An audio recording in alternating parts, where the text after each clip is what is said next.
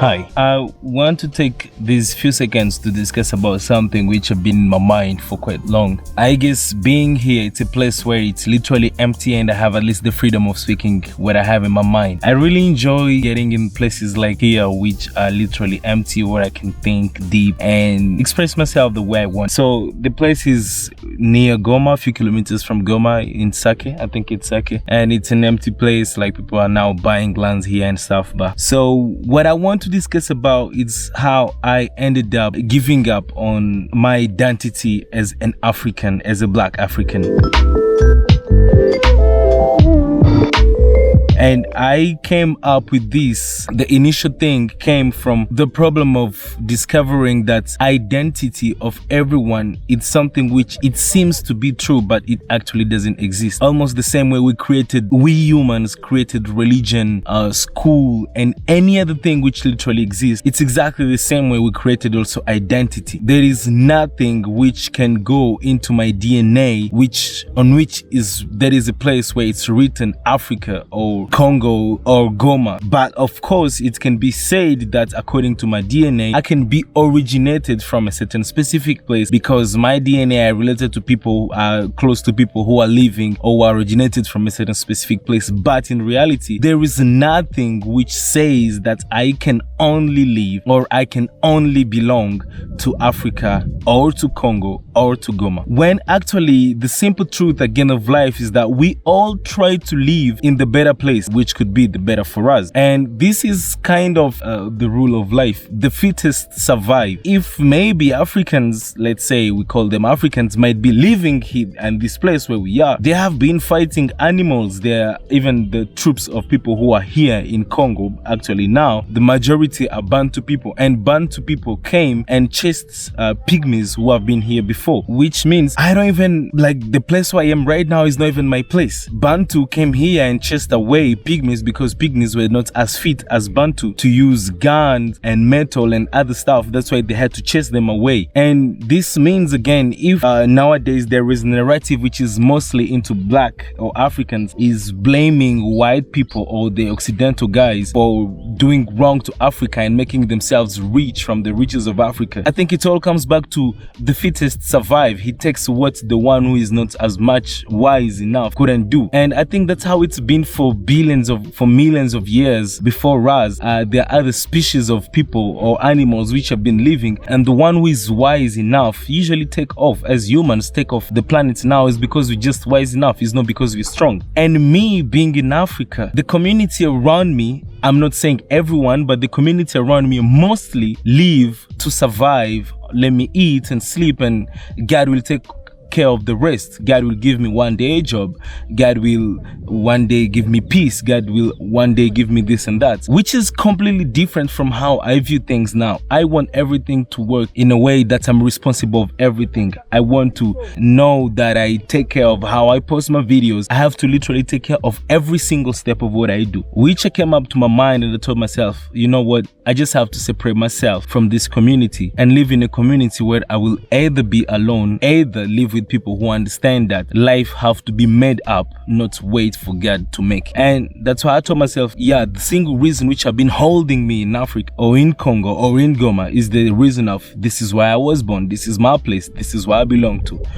And later on, when I discovered that this is not necessarily where I have to be, I was like, yeah, you know what, let me move and go where I can make my life the way I want it to be. I don't find anymore a problem with leaving Africa to go and develop yourself outside. If Westerners left the Western, the Europe or America, whatever it could be, and look for good things all around the world, and they build their countries and their politics and everything from the science and everything, literally everything they've been getting from everywhere in the world, then why shouldn't I do the same? And I think after all, I have only this life to live. And if I mess up with this life and I don't take care of my future and live the life really the way I want, not trying to please people around my community, I think I'll be losing my own life in order to please the community, and I don't want to do that. That's why I gave up on my identity as an African. I think I'm just a human, and there is nothing wrong about that. And that gives me the freedom of looking looking for my life however I want, yeah, of course, I may be subject to some discrimination because I'm not rich. I have a black skin, which will probably tell people that, okay, this is a black dude, he might be like this or like that based on stereotypes and any other thing. But I think at the end of the day, it all comes back to we all human. We just give ourselves, we convince ourselves to belong to a certain community, and we try to fit in everything which that community does.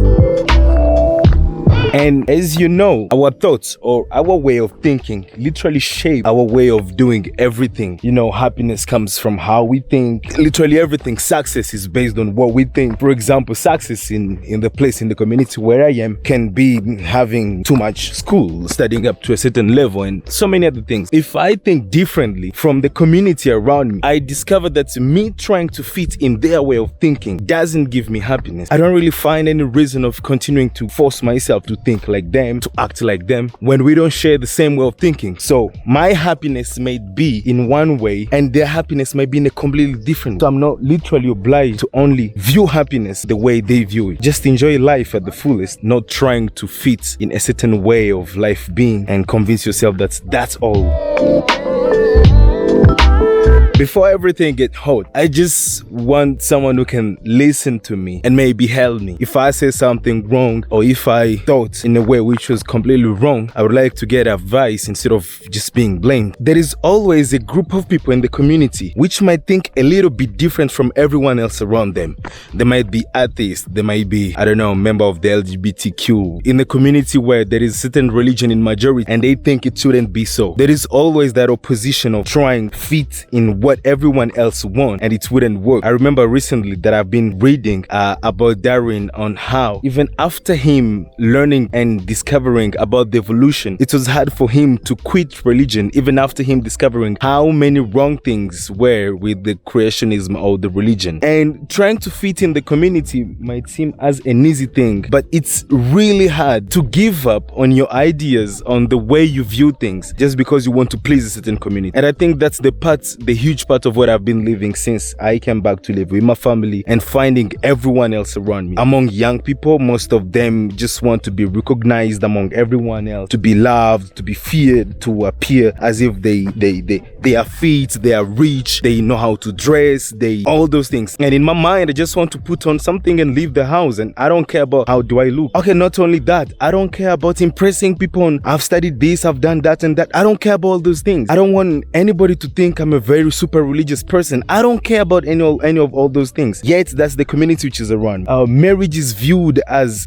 something which once you step into it, you have done everything you had to do in life. You're not a responsible person. I don't view it exactly the same way. And when my parents ask me about that, I'm clear with them. I'm like, I don't think I will ever get married. And like, why? How does that make sense to you? And I'm like, yeah, that's how I view things. I don't view religion the same way everyone around me is viewing religion. They are scared of death and they have to accept religion and do things which shouldn't be done just because of that. And I'm not literally forced to think exactly the same way. And when I find myself in a community where pleasure, religion, impressing people is the basic thing everyone is looking for, and I don't look for the same thing as them, I completely understand that, yeah, I'm at the wrong place. And giving up on my identity as an African, as a black African, is not because I don't want to be an African, but it just means I don't want to think as the majority, not every, as the majority of black Africans think. I don't want to live by impressing. I don't want to live by trying to satisfy the desire of a community around me, but I want to live my life. And here we are, trying our best to please people around us and living our life at the same time. And I think that's the hardest phase I've been going through in these past few days or month of my life. Yeah.